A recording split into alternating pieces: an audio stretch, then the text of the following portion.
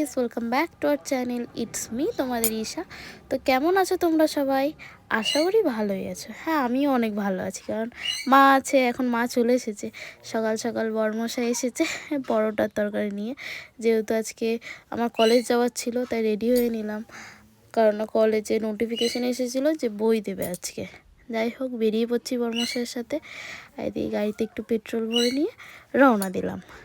রওনা দিতে না দিতেই অনেকটা টাইম লেগেছে আসতে। এটা একটু ক্লিপটা ছোটোভাবে নেওয়া হয়েছে। কলেজে এলাম, এসে এই যে কলেজটা ঠিক এরকম ছিল, অনেক বড় ছিল কলেজটা, আর দারুণ সামনে একটা গ্রাউন্ড ছিল ফিল্ডের মধ্যে। বাট মানে সবাই আড্ডা দেয়, দুটো কলেজ একসাথে পাশাপাশি, মানে একটার মধ্যে ভাগ করা ছিল। বরমশাই ডকুমেন্টসটা প্রিন্ট আউট করে নিয়ে এলো, যেহেতু লাগবে ওটা। তারপর কাজ সেরে আমরা বাড়ি যাচ্ছি। দেখি কত তাড়াতাড়ি যেতে পারি। আর এখানে আমি বসে বসে একটু দেখে নিলাম। আমার তো ভালোই লাগছে গাড়িতে চাপতে, যেহেতু আমার ভালো লাগে বাইকে রাইড করতে। আর এইদিকে যে রাস্তাটা কোনোদিনও আসিনি, ভালো লাগছিল। এদিকে শুধু আর্মি ক্যাম্প ছিল পর পর পর পর। এইদিকের বিষয়ে কি বলছিলাম মনে নেই। আজ রাস্তায় প্রচণ্ড জ্যাম ছিল। এই যে এদিকে মাসি হেডফোনটা পড়ে গেছিলো, এয়ারপডসটা। আমি ভাবলাম প্রথমে রিয়াকশানটা নিব, কিন্তু নিতে পারলাম না। আর ও ভেবেছে ওকে শো করছি, ও এসে ফেলেছে। বেরোচ্ছি গ্রামের বাড়ি যাবো বলে। অবশ্য আমার যাওয়ার কথা ছিলই না, আমার পরে যাওয়ার কথা ছিল। এদিকে তোমাদেরকে দিদা আর মা মিলে হাই করছে, তোমরাও একটু হ্যালো জানিয়ে দাও কমেন্টে। এদিকে অপোজিট সাইডে আমি বসে, আর আমার অপোজিট সাইডে মাসি বসে। যাই হোক, আমরা তোমাদেরকে হাই জানিয়ে দিলাম। তো এবার এখানে একটু রাস্তায় ব্রেক নেওয়ার মানে হলো যে মিষ্টি কেনা হয়নি আমাদের, ওখানে খুব তাড়াহুড়ো করে বেরোলাম। মানে আমার কোনো রকম যাওয়ার কথাই ছিল না, ওদের গুছোগাছি করতে করতে তো বললামই আমি চলে এসেছিলাম, তাই আমিও বেরিয়ে এলাম।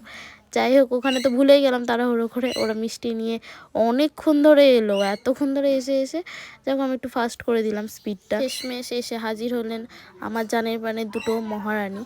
আমার কথাগুলো এরকম কিছু করার নাই, গল্প করতে করতে তোমাদের সাথে বাড়ি পৌঁছে গেলাম। আর বাড়ি এসে সামনে দিদা ছিল আর ছোট্ট একটা গরুর বাচ্চা। আর এই যে আমাদের মানুষের বাচ্চাতে দেখো, আমার ছোট্ট ভাই, তোমরা চেনো তো ভাইকে। এই যে মাসি আর দিদা প্রথম দেখছে, ভাই মানে হওয়ার পরে। যাই হোক, একটা আলাদাই ওদের রিয়াকশন ছিল। বাকি সাইডে আমাকে ইগনোর করো, যেহেতু আমার মুখের অবস্থা খারাপ। আর দিদা বলছে হাই গাইস। মাসি আর দিদা এর সাথে আমার অনেক মানে অনেক গল্প আড্ডা, বেস্ট ফ্রেন্ড এরকম টাইপের। এসে এসে আমরা খেয়েছি, কারণ আমরা সকাল থেকে শুধুই পরোটা খেয়েছিলাম। আর আসতে প্রায় 4টে-5টা বেজে গেছিলো, 5টা না 4:30 সামথিং। এবার কি বসে একটু সন্ধ্যের দিকে আড্ডা মারলাম। আর আমার ছিল এই টাইমটাই ভিডিও আপলোড করার, এখন সন্ধ্যের টাইম ভিডিও আপলোড করছি। তো এই টাইমে আপলোড করার ছিল। সামনেখানে দিদার ঘর ছিল, মানে ছোটো দাদুর বাড়ি, ওখানে একটু রেস্ট নিয়ে নিলাম। রেস্ট নিয়ে চলে এলাম বাড়ি। বাড়িতেও দেখছি একরকম আড্ডা চলছে ছোটোখাটো। আর এইদিকে দিদা আলু কাটছে। মাসি ডিনারে যেহেতু রুটি টুটি মানে শুকনো খাবার খেতে পছন্দ করে, ওর জন্য দিদা আবার রুটি আর আলু ভাজা করে নিল। আর এইদিকে এদের অবস্থাটা দেখো।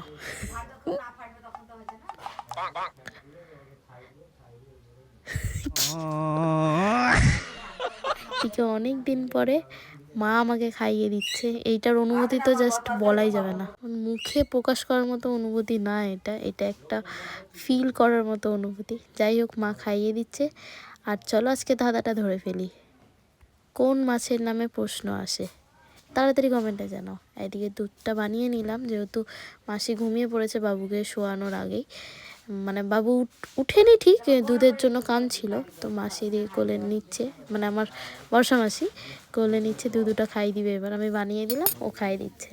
দেখে মনে হচ্ছে ওরই বেবি। আমি সেইভাবে এডিট আর ভয়েস ওভার দিতে পারছি না, তোমরা জানি বোর হচ্ছ। দেখি আস্তে আস্তে কতদিনে তোমাদের মন জয় করতে পারি। যাই হোক, রাতে শোবার জন্য বড় দাদু বাড়িতে চলে এলাম। আর এইদিকে ও ডান্স করছিল, ভাবলাম একটা ক্লিপ নেব, যেই ক্যামেরা অন করেছে ও বুঝে নিয়েছে। তো এই ছিল আজকের ভিডিও, ভালো লাগলে লাইক করো।